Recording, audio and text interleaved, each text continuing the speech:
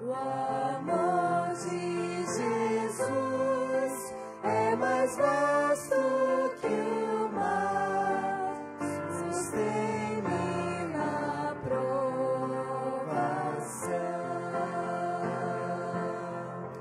O amor de Jesus, qual fragrância da flor, inunda meu coração.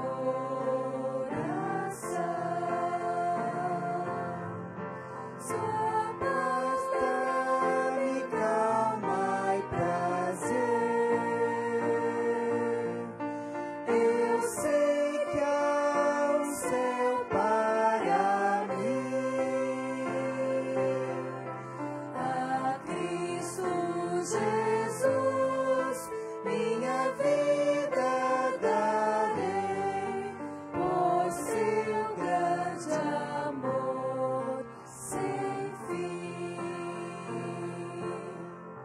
O amor de Jesus, minha vida refez e deu-me de nova paz. Agora feliz, quero sempre seguir a senda que satisfaz, servindo a Jesus meu Senhor, com zelo e com devoção. Desejo falar e cantar desse amor que luz traz ao coração. Amém? Continuando o nosso louvor, vamos cantar agora o hino de número 491. 491, Além do Céu Azul.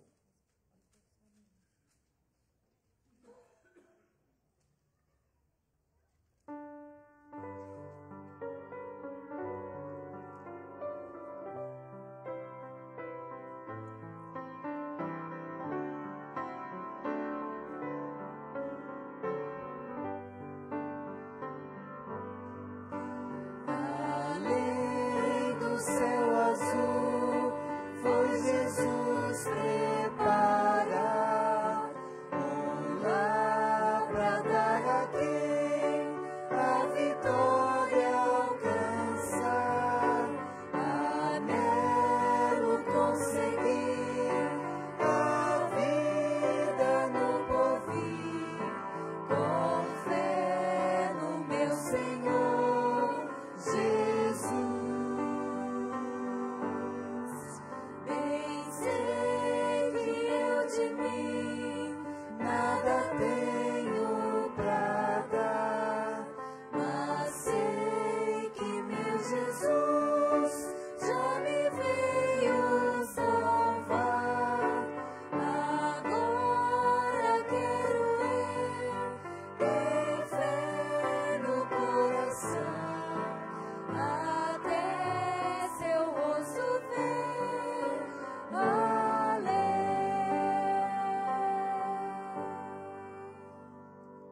Vou convidar toda a igreja agora para que fiquemos em pé para cantar todos juntos o hino Graça Excelsa, número 208.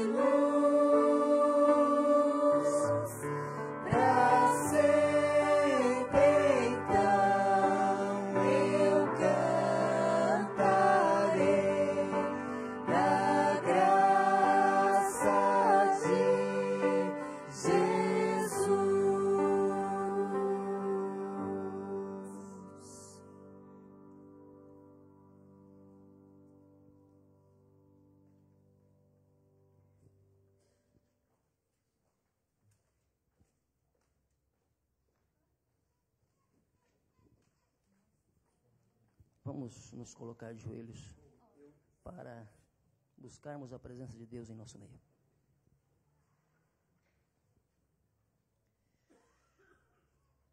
Grande Deus, onipotente Pai que nos céus habitas, os teus filhos estão aqui nesse momento, de joelhos dobrados na tua presença, agradecidos pelas bênçãos que o Senhor derramou sobre nós durante esse dia. Obrigado, Pai, por ter nos trazido na tua casa nesta hora, onde nós viemos prestar a ti um culto de adoração e louvor. Pedimos a presença benfazeja do teu Espírito Santo, para que a nossa mente possa estar nesse momento unicamente voltada para a pregação da tua palavra. E que ao sairmos desse tempo, possamos sair revigorados por ela. Te pedimos o perdão dos nossos pecados. E que o Senhor possa também ser de uma maneira muito especial com o pastor Braga, que vai abrir a tua palavra nesta hora. Que ele também esteja inspirado por ti. E que a palavra a nós trazida nesta hora sirva de enlevo espiritual para cada um de nós. Nós te pedimos essas bênçãos, agradecidos no doce e no sagrado nome do teu Filho Jesus. Amém.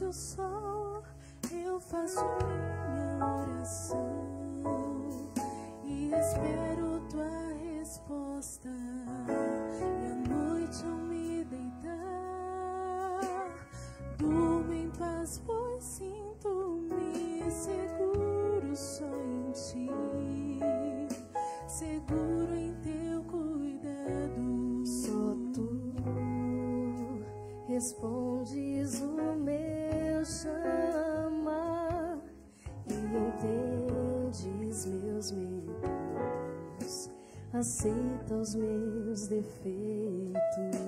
E eu, o que faço pra agradecer tanto carinho, tanto amor, tudo que és e o que fazes, meu Senhor. Duvidar de ti, tu és tudo para mim. Sem tua força nada posso construir. Tudo que sou e que tenho vem de ti. Tu és meu porto bem seguro, o meu refúgio, o meu escudo.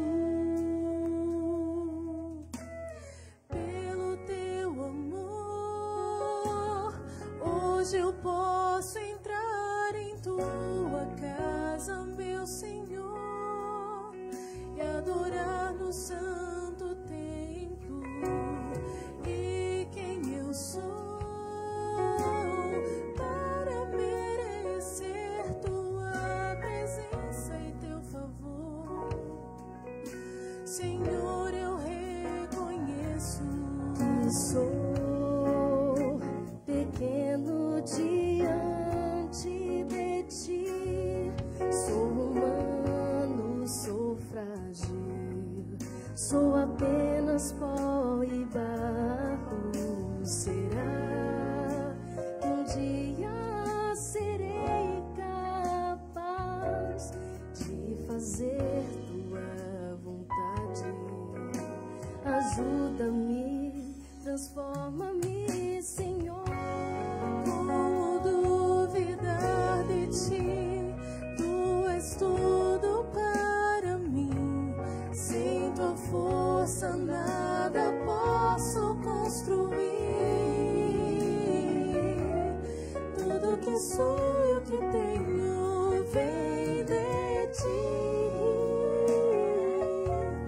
Tu és meu porto bem seguro, o meu refúgio, o meu escudo. Meu Senhor, eu quero caminhar segundo o teu coração. Que minha glória seja lançada ao chão e que brote do pó um perfeito coração.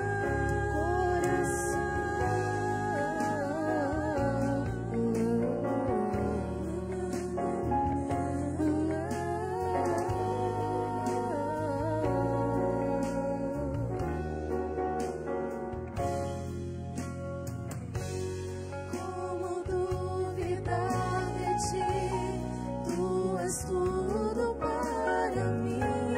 Sem tua força nada posso construir. Tudo que sou eu que tenho vem de ti. Tu és meu porto bem seguro, o meu refúgio, o meu escudo. Como duvidar de ti? Como duvidar de ti? Como duvidar de ti? Como duvidar de ti? Amém.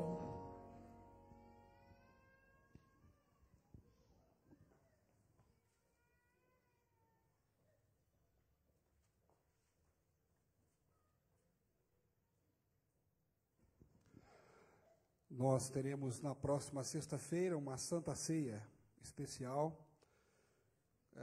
Nós tivemos há pouco tempo uma Santa Ceia, é verdade.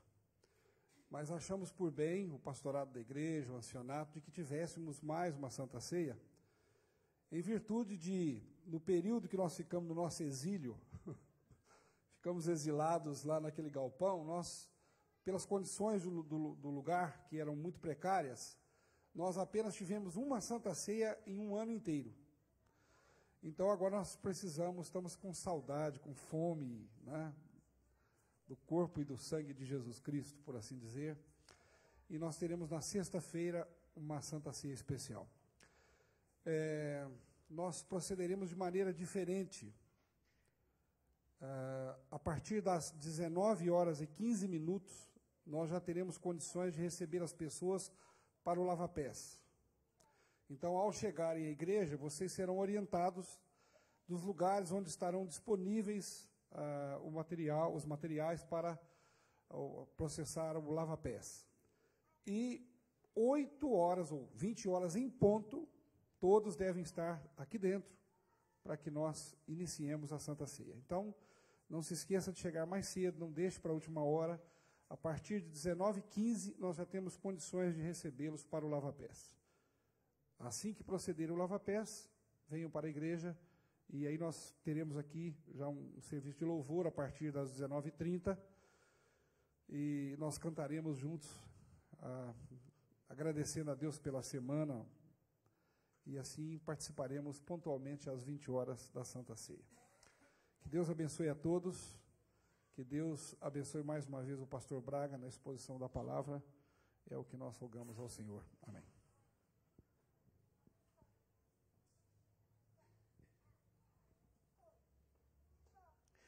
Boa noite. Que bom estarmos juntos novamente O coração está realmente muito feliz. Cada dia passado aqui, o encontro com tanta gente. E eu quero mais uma vez agradecer assim, o carinho imenso que tanta gente tem dedicado para mim, para minha família. Isso é maravilhoso. Muito obrigado a todos vocês.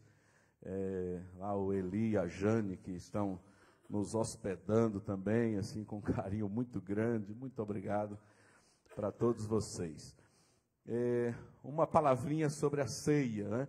A ceia, você lembra que nem todo mundo pode participar. Então, quem não se considera pecador, esse não pode participar. Agora, quem se considera pecador, aí estamos todos englobados. Então, sexta-feira, quem não é pecador, não apareça aqui. Não apareça aqui, que é um momento da celebração de gente, né? Os pecadores, né, que são filhos amados de Deus. Estou vendo ali meu amigo William, de Belo Horizonte. Ó, ele disse que estaria no Rio Grande do Norte, estaria vindo trabalhar em Uberlândia essa semana e que ia aparecer aqui. Prazer te ver, William. Viu? Interessante interessante colocando a mão no meu bolso. A gente viaja pelas igrejas por aí afora e vê de tudo, né? Aí eu tinha guardado isso aqui, mas tinha esquecido. Foi numa igreja que eu tive, eu não vou dizer o nome da igreja, mas eles estavam distribuindo essa propaganda lá, que ia até a noite lá. Pizza dos encalhados, olha a ideia.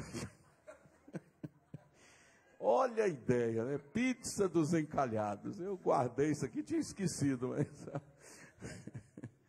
só Jesus, né? Criatividade é o que não falta para o povo, né? Hoje, o meu amigo Saulo colocou ali um pensamento no Twitter que acho que combina bem com o espírito de nossa semana de oração aqui, recomeçar. Um pensamento do Henry Ford. O insucesso é apenas uma oportunidade para recomeçar com mais inteligência. Bacana, né? Obrigado, Saulo. O insucesso é apenas uma oportunidade para recomeçar com mais inteligência. Recomeçar. Essa tem sido a nota tônica que a gente tem conversado aqui. Lembra que eu dizia ontem? Ao redor do fogão de lenha, né? Conversas ao redor do fogão de lenha. Recomeçar, porque a vida sempre é esse recomeço. E o tema de hoje, a primeira vez, de novo. E eu quero convidar você para abrir a palavra do Senhor no livro do profeta Isaías.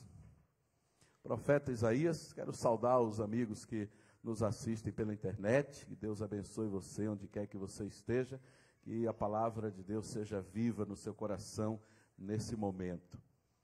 Isaías 55, esse verso é extraordinário. Leia o verso 6, buscai ao Senhor enquanto se pode achar, invocai-o enquanto está perto. Deixe o ímpio o seu caminho e o homem mau os seus pensamentos. Converta-se ao Senhor, que se compadecerá dele, e torne para o nosso Deus. E aí eu queria ficar especialmente com essa frase aí, que é grande em perdoar. Outra versão disse, é grandioso em perdoar. Amém por isso? Grandioso em perdoar. Feche os seus olhos. Deus amado. Senhor, nós estamos nesta noite agradecidos a Ti mais uma vez por essa graça absoluta que chega ao nosso coração, Senhor. Pai, Tu és grande em perdoar. Tu és aquele que nunca desiste de nós. Ah, Senhor, Tu sabes que todos nós aqui já demos tantos motivos para que Tu desistisses de nós, mas Tu nunca desistes, Senhor. Louvado seja o Teu nome por isso. Que a Tua palavra agora, Senhor, seja mais uma vez ardente em nosso coração, no nome maravilhoso do nosso Senhor Jesus Cristo. Amém. Amém. primeira vez de novo, eu vou falar sobre a graça. Porque, queridos, o impulso da graça de Deus é exatamente aquilo que nos leva, que nos possibilita a esse recomeço de sempre. Só pela graça. Só pela graça a gente pode ser reconduzido à vida. Só pela graça a gente vive. Lembra da Bíblia dizendo assim: nele nos movemos, nele existimos. A excelsa graça que a gente cantou há pouco, essa graça, ela é mais que extraordinária. Essa graça vem de uma forma tão fantástica em nosso coração. Eu queria que a gente, nessa noite, deixasse o coração ser inundado por essa graça. E que maneira melhor do que a gente... Eu queria pedir que colocasse o vídeo ali, que a gente ouvindo essa canção que é o som da graça. Eu queria pedir a Deus que essa melodia chegasse ao nosso coração, nessa graça excelsa, e nos trouxesse paz, e nos trouxesse bênção, e nos trouxesse perdão, e nos trouxesse algo muito especial na alma.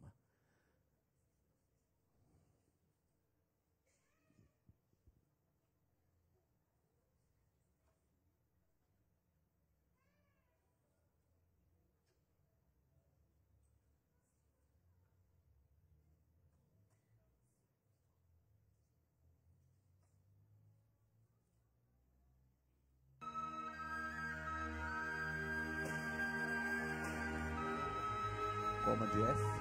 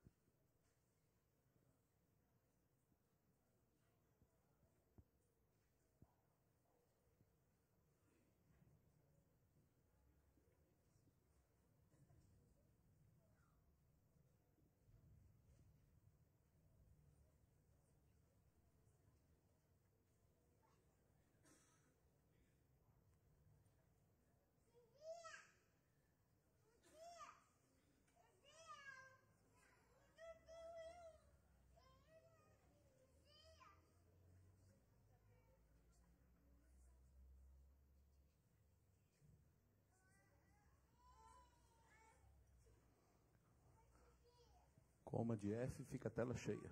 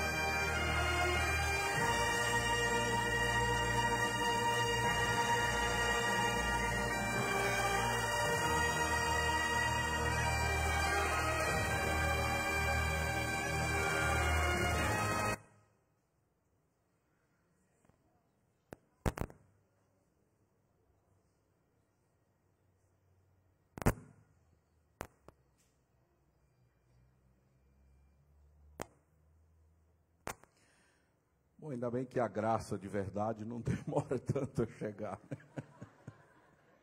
Tá bom, esse outro lá. A graça chega com muita facilidade. Eu quero trazer duas ideias hoje sobre a graça.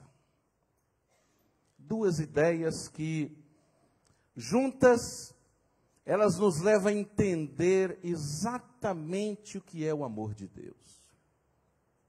A primeira ideia é o que a gente precisa pensar sobre o que é a nossa tendência humana. A tendência humana, a gente pode resumir numa palavra. A tendência humana é cair, é errar, é fracassar. Você já percebeu que é muito mais fácil errar do que acertar? Até quando você vê um alvo, pensa aí a imagem de um alvo para ser acertado, o espaço para errar é imenso. O espaço para acertar, pequeno. Triste tendência humana. Davi disse assim: em pecado me concebeu minha mãe. Então a tendência que nós temos tem um ditado muito recorrente que é: errar é humano. Esse é o nosso impulso. É buscar atalhos, é errar. Quem não erra mesmo é um cadáver. Aí esse aí já passou dessa fase. Está lá frio, inerte, sem vida. Esse não erra. Nós, enquanto pisamos essa terra, enquanto estamos vivos, estamos caindo, tropeçando como crianças, aprendendo, errando, caindo em dificuldades. Essa é a nossa vida. E a questão é, o que fazer quando erramos? Em algum momento, queridos, que eu chamo de momento libertador da vida, momento libertador, é quando nós nos deparamos com um fato. O fato de que, por nós mesmos, pelas nossas competências, é impossível acertar o passo. Tem uma metáfora, até vi no boletim aqui, sábado, acho que nesse sábado aqui no boletim, tinha uma metáfora que é uma metáfora do Max Lucado, que eu gosto muito, que ele diz assim: imagine se Deus tirasse qualquer regra, qualquer lei, qualquer coisa, e Deus dissesse assim: olha, só tem uma coisinha só para você ter condição de chegar ao céu ou coisa semelhante. Só uma, vou deixar só uma coisa, tiro tudo, deixo só uma coisa. Essa coisa seria assim: você dar um salto e conseguir nesse salto vencer os 300 mil quilômetros que lhe separa da Lua. Um salto. Já pensou? Quem é magrinho aí, né? Ontem, ali na porta da igreja, tinha umas meninas saltando com uns... Eu nunca tinha visto. Um negócio de pular, já viram? Pulando ali, mas que legal. Quem é magrinho e com um negócio de pula-pula daquele, pode dar um salto grande de 1,5 metro? 2 metros? Eu, gordo, né?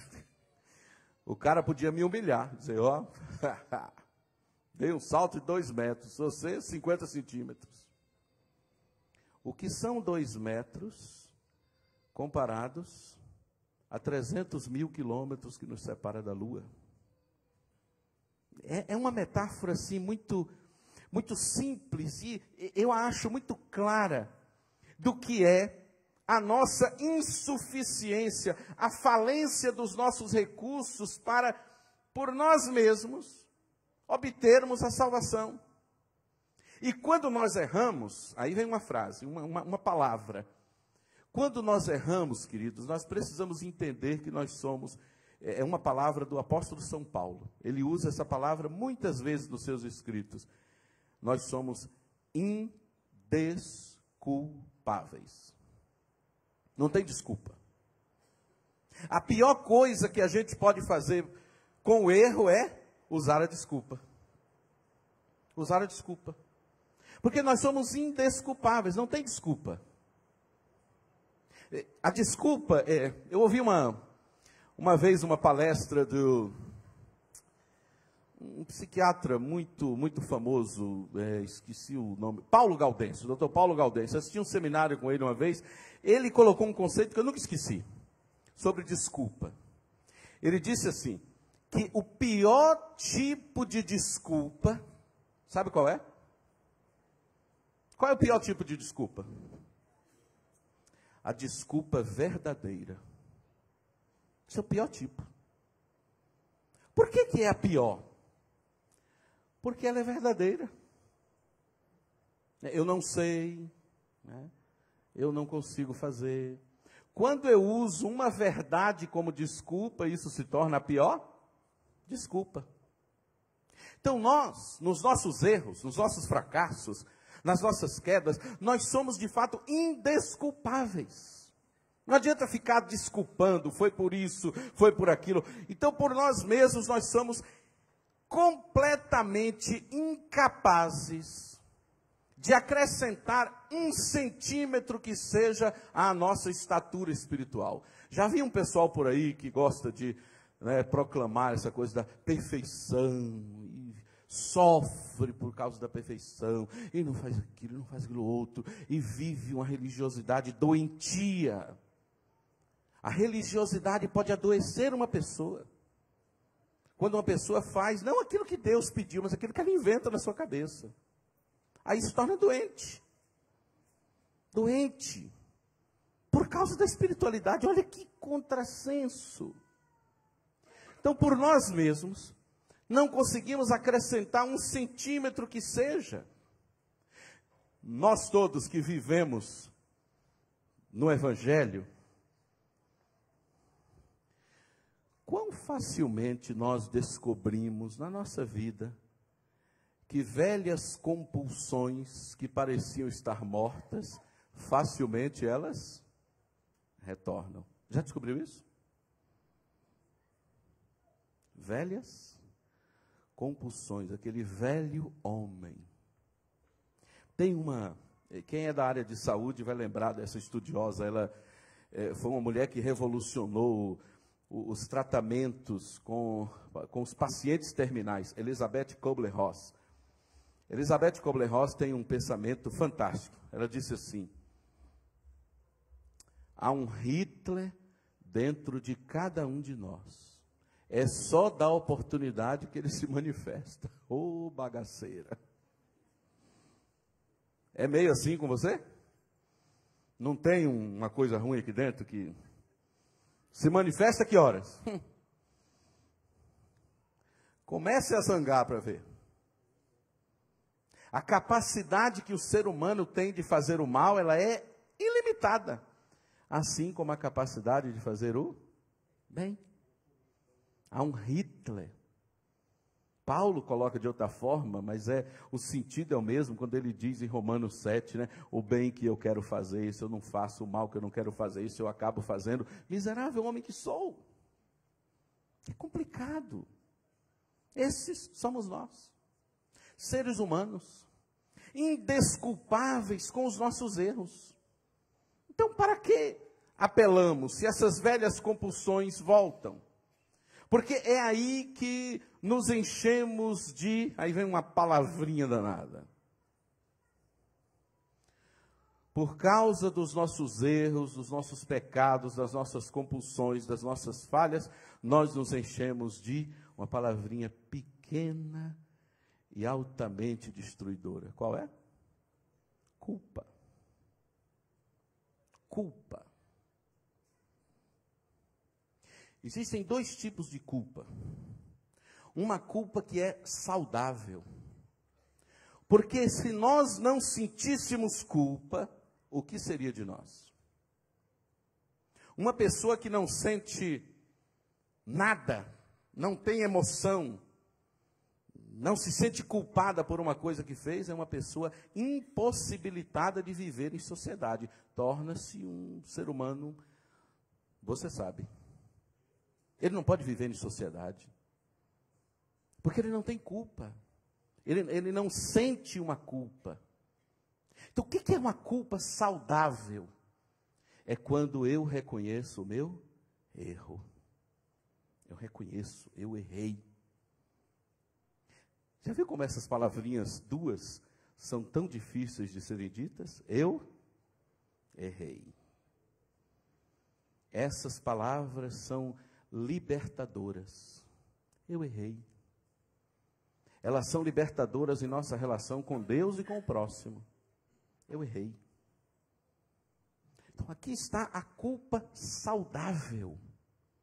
Eu reconheço o meu erro, eu reconheço a minha falha, eu reconheço o meu pecado, eu reconheço quem eu sou, eu reconheço que não habita o bem em mim. Tem uma coisa ruim que me impulsiona, eu reconheço. Então essa culpa, ela é saudável. E aí eu reconheço que não há como saldar essa dívida que eu tenho por causa dessa culpa. A culpa saudável, queridos, nos leva a apelar para a graça. Amém por isso? A graça. Agora, o que a culpa, o outro tipo, a doentia faz? A culpa doentia, a pessoa não enxerga nada além do erro. Você já viu a pessoa que diz assim, eu sou assim mesmo, comigo não tem jeito, quando eu me enrolo, eu vou mesmo. Já viu a pessoa que diz assim? É a culpa que é doente, é a culpa que não é saudável. Por quê? Porque ela não apela para a graça. A pessoa fica rodeando em torno da culpa, ela reconhece o mal feito, mas ela não vai além disso. Não entende o poder absoluto que é o poder do perdão. Porque nós, eu e você, decididamente nós não recebemos de Deus o que nós merecemos. Já pensou se você recebesse de Deus o que merece? Somente pela graça, nós não recebemos o que nós merecemos, porque nós merecemos o castigo e temos o quê? O perdão. Merecemos a ira de Deus e encontramos o amor de Deus. Merecemos a cadeia e estamos livres, a nossa ficha está limpa. Você diz amém por isso? Está limpa. Nós não recebemos de Deus aquilo que nós merecemos. A isso nós chamamos graça. Então, se a culpa doentia torna-se um peso insuportável na vida, a culpa saudável liberta o indivíduo. Aliás, não sei se você lembra que a palavra perdão, no seu sentido bíblico, ela tem o sentido de solto, livre, desamarrado. O que implica que a falta de perdão nos deixa como? Presos, amarrados. Isso, o perdão nas relações interpessoais e o perdão na relação com Deus. Nos deixa amarrados. A falta de perdão amarra. O perdão liberta. É um poder tremendo.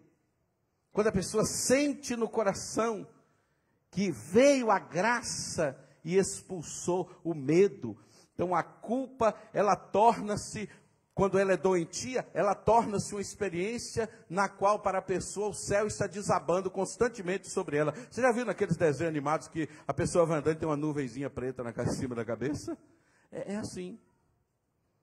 Então tudo vai dar errado. Aí se acontece uma coisa, diz, está vendo, é porque eu sou um miserável pecador. É encher-se de culpa, que não é saudável. Qual é a outra questão?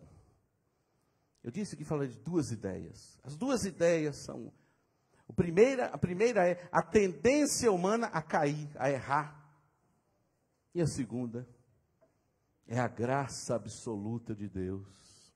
É rico em perdoar. É rico em perdoar. Um autor chamado Joy Reia, ele disse assim, um cristão triste é um cristão falsificado. E um cristão culpado não é um cristão coisíssima nenhuma. Por quê? Porque não vai além da culpa. ficar amarrado na culpa.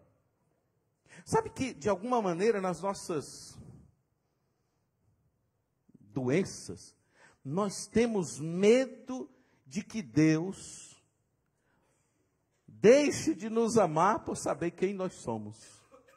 Nós esquecemos Salmo 139 com muita facilidade. Esquecemos que tudo está diante dele.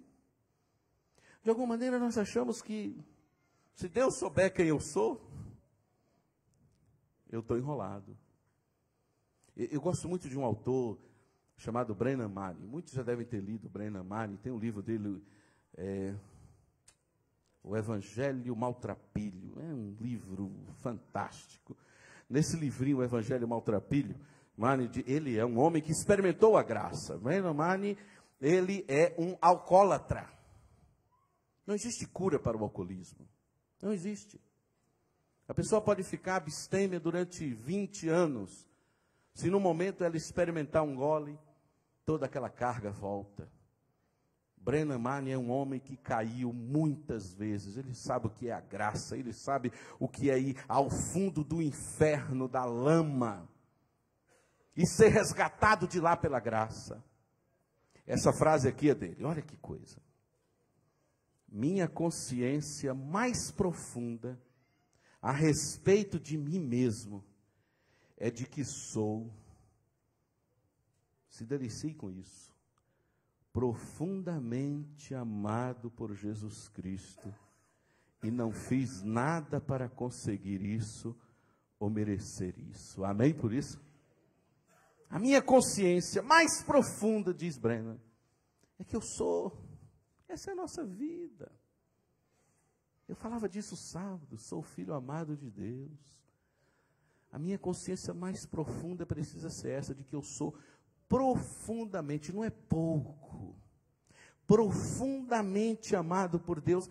E eu não fiz nada para conseguir isso. Aquilo que nós fazemos não vai acrescentar nem diminuir 1 milímetro do tanto que Deus nos ama. Não é por fazer alguma coisa que Deus vai amar mais alguém. Não, Ele nos ama porque ama. Isso é graça. Que quando nós entendemos de fato graça, a nossa vida é uma vida mudada. Tem que ser uma vida mudada.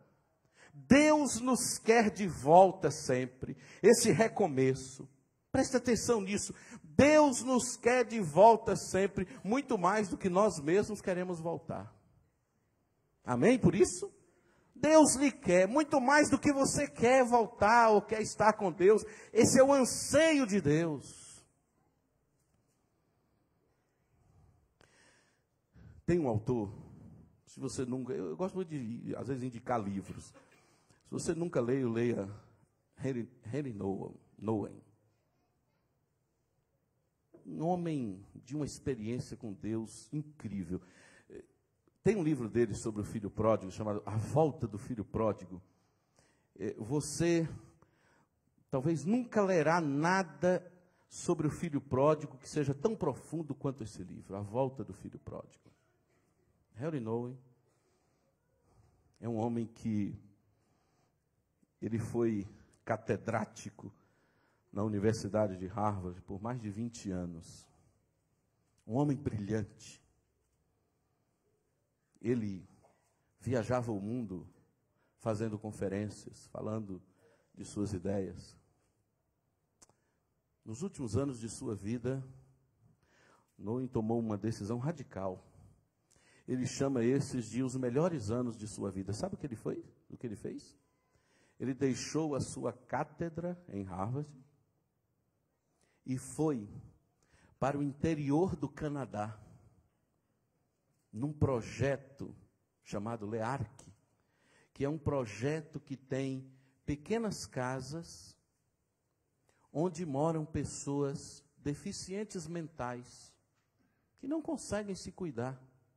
Esse projeto humanitário recruta voluntários do mundo todo que cuidam dessas casas. Esse homem, brilhante catedrático, tornou-se um funcionário de uma dessas casas. Como disse ali, ele declara que viveu os anos mais felizes de sua vida, cuidando de quem não conseguia se cuidar sozinho. Pessoas que não tinham nada para dar, que dependiam exclusivamente do cuidado de outros.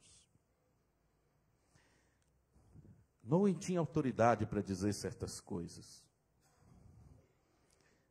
Eu vou dizer uma frase que ele disse. Deus se regozija. Olha o entendimento que esse homem tinha do amor de Deus. Deus se regozija. Não porque os problemas do mundo foram resolvidos. Não porque todo o sofrimento e dor da humanidade acabou. Não porque milhares de pessoas se converteram e estão agora louvando-o por sua bondade. Não. Deus se regozija porque um dos seus filhos que estava perdido foi achado. Uau! Eu fico apaixonado por essas coisas. Por essas verdades tão simples e tão profundas. Deus se regozija, não é porque tudo está dando certo no mundo, não. Um só dos seus filhos estava perdido e foi achado. Quem é esse filho? Sou eu, em algum momento da vida. É você, em outro momento. É quando a gente se acha, tem momentos que a gente se acha assim, perdido mesmo. Perdido nas ideias, confuso nos pensamentos, sem saber onde ir, sem saber o que fazer, sem saber como agir. E quando um de nós se sente assim, e de repente, sabe aquele velho hino que diz assim, deixa a luz do céu entrar. E de repente a luz do céu entra, e banha a alma, e acontece ali um insight, e acontece ali uma percepção do amor de Deus, e essa pessoa retorna, e essa pessoa olha para Deus de novo. Deus se regozija. É por isso, queridos, que eu acho que nós precisamos ser persuadidos pela misericórdia. Persuadidos pela misericórdia. A misericórdia desse Deus, que gosto muito de falar desse Deus como o Deus que não desiste de amar. Não desiste. Deus não vai desistir de você. Pode ser que em algum momento da vida a gente desista. Deus não desiste. Deus está ali. Essa é a graça. É a graça inegociável. Essa é a graça pura. Essa é a mensagem do Evangelho. Isso é a vida. Que a nossa capacidade de pecar será minúscula diante da capacidade de Deus em perdoar. Paulo diz assim, aonde abundou o pecado, aconteceu um milagre. O que foi o milagre? Superabundou a graça. A graça vem e cobre. A graça vem e restaura. Aí a gente pode recomeçar. Nossos pecados todos são como átomos no universo do amor de Deus. Minúsculos.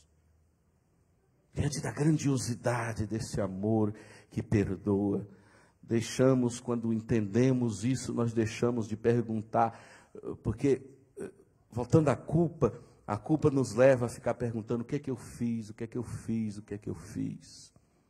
A graça nos leva a uma pergunta diferente. O que Deus pode fazer? E aí as possibilidades se abrem.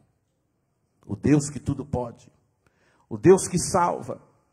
Aí o foco de nossa vida muda.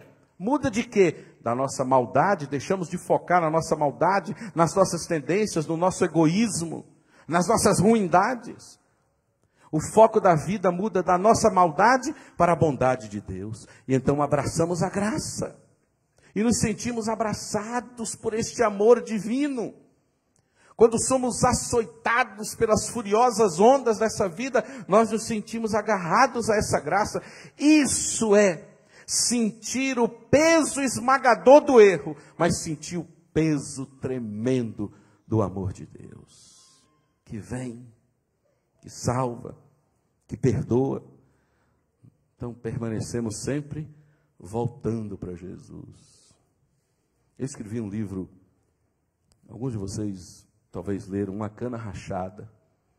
Foi uma experiência muito gostosa para mim escrever esse livro. Eu retrato nele a vida de Davi. E somente no final do livro a pessoa vai entender por que o nome do livro é Cana Rachada. Porque Davi foi uma pessoa assim, né? Complicado. Davi, como pai, era péssimo. Davi era um homem complicado. Mas como é que a Bíblia retrata Davi? Era um homem segundo o coração de Deus. No livro eu imagino Davi velhinho, e convido o leitor para sentar-se à beira da cama de Davi e ficar ouvindo as histórias de Davi. Para mim foi uma aventura assim tremenda. Uns 3 anos que eu passei meditando naquelas coisas para escrever aquele livro. E a imagem da cana rachada é uma imagem que está lá no livro do profeta Isaías. No livro do profeta Isaías diz assim: ele, o Messias, não jogará fora, não quebrará a cana rachada, nem jogará fora o pavio que fumega. Cana rachada. A imagem da cana rachada é das crianças que brincavam fazendo flautinhas, lá naquele tempo que não tinha outras brincadeiras, pegavam juncos e faziam flautinhas, faziam os furinhos ali, tocavam as flautinhas. E muitas vezes a cana, o junco rachava e nem prestava para flautinha de brinquedo. O que fazia com esse junco rachado? Descartava, jogava fora. Na doçura da imagem trazida pelo profeta Isaías, ele diz: o Messias não joga fora nem a cana rachada. Essa é a graça. A outra imagem que ele usa, nem o pavio que fumega. Naquele tempo, talvez quem viveu na roça, no tempo que não tinha energia elétrica assim, vai lembrar de que a gente usava o pavio, né? Botava ali no querosene. No tempo de Israel se usava no óleo, né? Então no óleo ali, o pavio, fios de linho. E quem morou na roça, lembra que quando acabava, né, o líquido ali, aquele pavio fumegante era um negócio fedido. Um odor desagradável. Em Israel, e não tinha as lamparinas, né, não eram de vidro, acabava o óleo, você não sabia o momento que acabava, e o pavio fumegava. Para que prestava um pavio fumegante? Para nada. Jogava fora e colocava um outro pavio de linho. O que é que Isaías fala do Messias? Ele não jogará fora nem o pavio que fumega. Ele não jogará ninguém fora, nenhum de nós, apesar dos nossos fracassos, apesar dos nossos erros, apesar das nossas tendências complicadas. Ele não desiste de amar. Por isso que a graça é absoluta. Por isso que essa graça é tudo. Onde dos escombros dos nossos erros, Deus produz algo extraordinário. Da lama onde às vezes estamos, Deus produz graça. Esse Deus que salva. Nós só podemos fazer o quê? Um autor, não sei quem já leu, Chesterton, tem um livro dele chamado Ortodoxia, é uma obra-prima. Chesterton, ele fala do amor de Deus, ele usa uma expressão que é tremenda, tornou-se uma expressão fantástica no mundo da teologia. Ele diz: o amor selvagem de Deus. Uma expressão forte. O amor selvagem de Deus. Eu gosto de falar do amor extravagante de Deus. Extravagante. Porque se não fosse esse amor extravagante, nenhum de nós se salvaria. Esse Deus que oferece o perdão muito antes de o pedirmos. Muito antes de o pedirmos, já está oferecido. Lembra de Davi no seu pecado? que chega o profeta Natan e o confronta, e diz: você é o homem, Davi, você pecou, você merece a morte, você é o homem. E o que Davi diz? Pequei. E as palavras seguintes de Natan são certeiras: e o teu pecado já foi perdoado. Amém? Por isso, já foi. Então, antes de pedirmos, o perdão já está exposto. A graça já está colocada. Então, quando nos apropriamos desta graça, nós podemos recomeçar. Às vezes,